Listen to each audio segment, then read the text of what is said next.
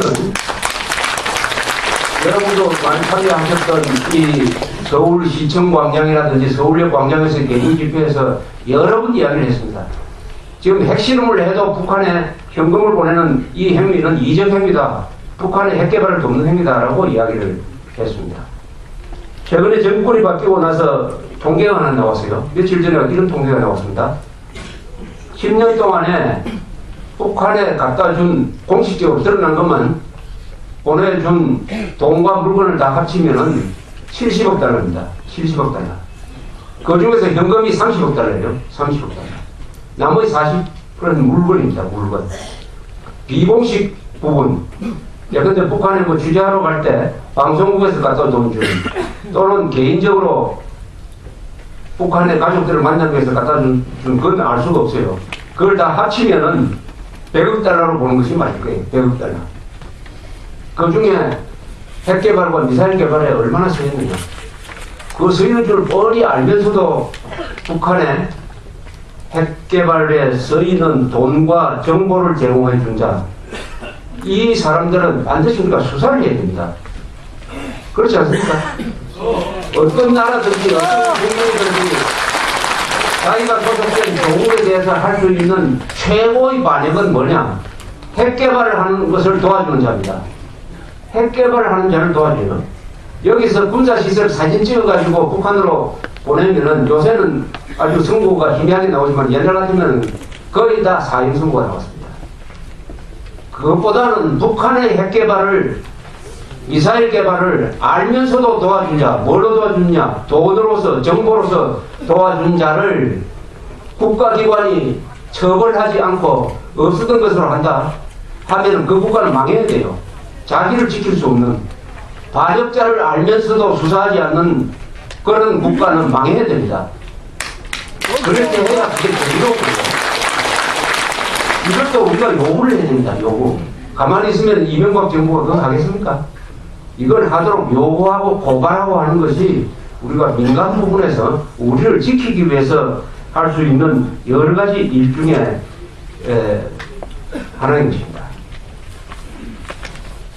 북한 핵 문제가 앞으로 어떤 식으로 갈 것이냐 하는 것은 북한 내부의 복잡한 사정과 연관되어 있습니다. 북한에서 드디어 셋째 아들, 김정일의 셋째 아들한테 세습을 하기로 결정했다는 정부 판단이 이젠 확정적으로 나타나고 있습니다. 공산주의 국가에서 공산주의는 뭡니까? 계급을 부정하는 게 공산주의 아닙니까? 1917년에 볼셰비키 혁명이 성공하고 나서 세계 수십 개 나라에서 공산 정권이 들어섰어요. 북한만이 권력 세습을 했습니다. 공산주의가 아니죠. 공산주의는 탈을 썼으나 저것은 김씨조선이죠. 김씨조선. 그래서 제가 잘 아는 일본의 일본 공산당 당원 한 사람이 이렇게 이야기합니다. 세계 공산주의자들의 진정한 적은 김일성, 김정일이다. 공산주의자의 진정한 적이 김일성, 김정일이다. 이런 이야기죠. 거기서 끝나지 않고 3대로 넘어가요. 3대로. 공산주의 사상 처음이고 그 다음에 제가 따져봤어요. 북한의 국명이 뭡니까? 조선민주주의 인민공화국인데 공화국이라고 했어요. 공화국. 왕국이 아니고 공화국 역사는 저 아테네까지 올라갑니다. 한 2500년까지 거슬러 올라갑니다. 아테네 로마로부터 시작한 이 공화국 체제가 계속되는 동안에 3대 세습은 이게 또 처음입니다. 세계의 모든 기록을 지금 갱신하고 있어요. 이게 제대로 되겠냐? 제대로 될 리가 없죠. 저는 북한이 확실하게 망하는 코스에 들어섰다 하는 확신을 해도 충분하다 라고 제가 문제를 어떤 식으로 망하는 것이냐, 어떤 식으로 망하는 것을 대충 좀 예측을 할 필요가 있을 것 같습니다. 왜 김정일이가 이렇게 작년 뇌졸중을 당한 이후에 이렇게 이상한 정책을 계속하고 있느냐. 또 말도 아주 험한 말을 합니다. 사실상의 선전보고라든지 그동안 남북 간에 맺었던 모든 협약은 무효라든지 정전협정까지 무효라든지 이런 말도 되지 않는 책임질 수 없는 말을 막 흘러놓고 있습니다.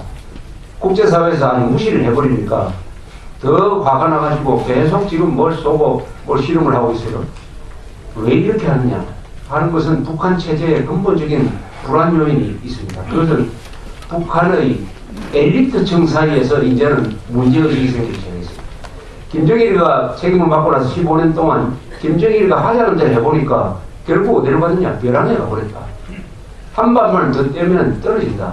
우리도 이제는 중국식으로 개방하자. 그래도 공산당은 계속 집권할 수 있다. 예가 있다. 중국도 그렇고 베트남도 그렇고 쿠바도 그렇다. 개혁 개방 쪽으로 가니까 공산당 정권이 무너질 줄 알았더니 안 무너지고 그냥 있다. 왜 우리는 못하느냐 하는 여론이 아주 많이 생기고 있다고 해요. 또 다른 여론은 뭐냐? 이럴 바에 전쟁하자. 전쟁을 하자.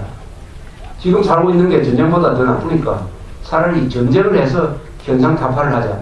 이런 것이 모여가지고 이제는 김정일과 그 측근 사이에 하나의 압력으로 작용을 하고 있습니다.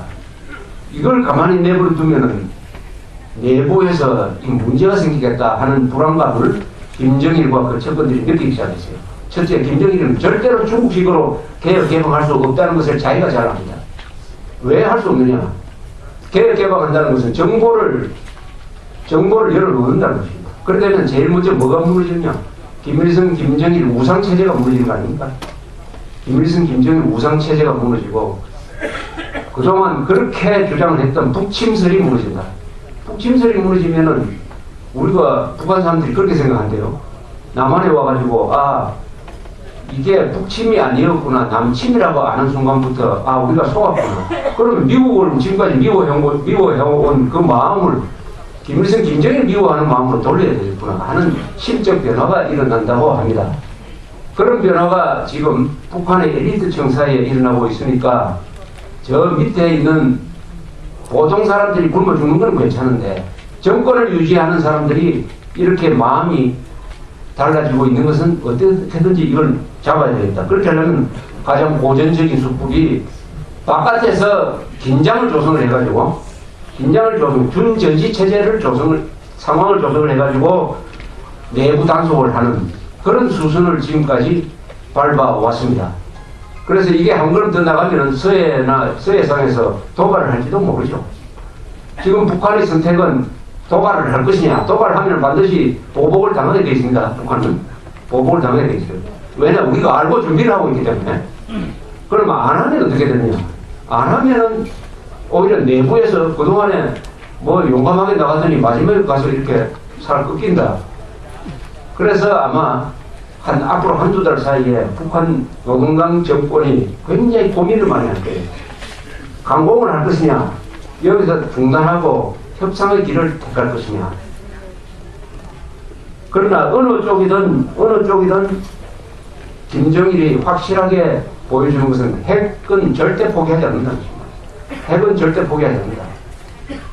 체제가 망하기 직전까지 몰렸을 때 포기할 것이냐, 여기서 개방할 것이냐를 선택하게 될 것입니다. 그러니까 외부의 압력이 가해져가지고 김정일 정권이 무너지기 직전까지 가야 저쪽에서 고민을 한 결과를 내어놓게 될 것이다. 그러면 일단 우리가 압박을 가해야 되는데 그 압박의 표적은 뭐냐? 지금 대북 제재의 표적을 비교적 잘 잡고 있습니다. 그것은 김정일한테 맞춰야 된다. 김정일한테 맞추는 게 가장 좋다. 북한 체제는 흔히 주체 사상에 의해서 지도된다고 이야기합니다. 주체 사상은 그 뜻이 뭐냐? 아주 처음 출발이 좋아요. 모든 인간은 자기의 운명에 대한 주인이다. 이렇게 이야기합니다. 그렇게 하면 좋은데 그 다음 단계로 모든 사람들이 그런 식으로 다 자기 운명의 주인이면 잘 복잡하니까 이걸 당에 다 맡겨버리자. 결정권을. 당은 수령에 맡긴다. 이렇게 해가지고 한 사람 김일성, 김정일의 결정에 맡겨버리는 이런 수령 지도 지배체제가 되었으니까 모든 결정이 한 사람한테서 나옵니다. 따라서 김정일을 몰아가서 김정일을 코너로 모는 정책이 가장 유효한 정책이라는 것이 적용된 적이 한 번 있어요. 2005년에 김정일의 해외 비자금을 관리하는 BDA라는 마카오에 있는 작은 은행을 금융제재를 딱 미국이 하니까 저쪽에서 발칵했습니다. 그래서 핵실험을 하고 돌파구를 마련하니까 미국 부시 행정부가 아주 실수를 했어요. 그것을 받아줘가지고 금융제재를 해제해 줬습니다. 다시 지금 묻겠다고 합니다.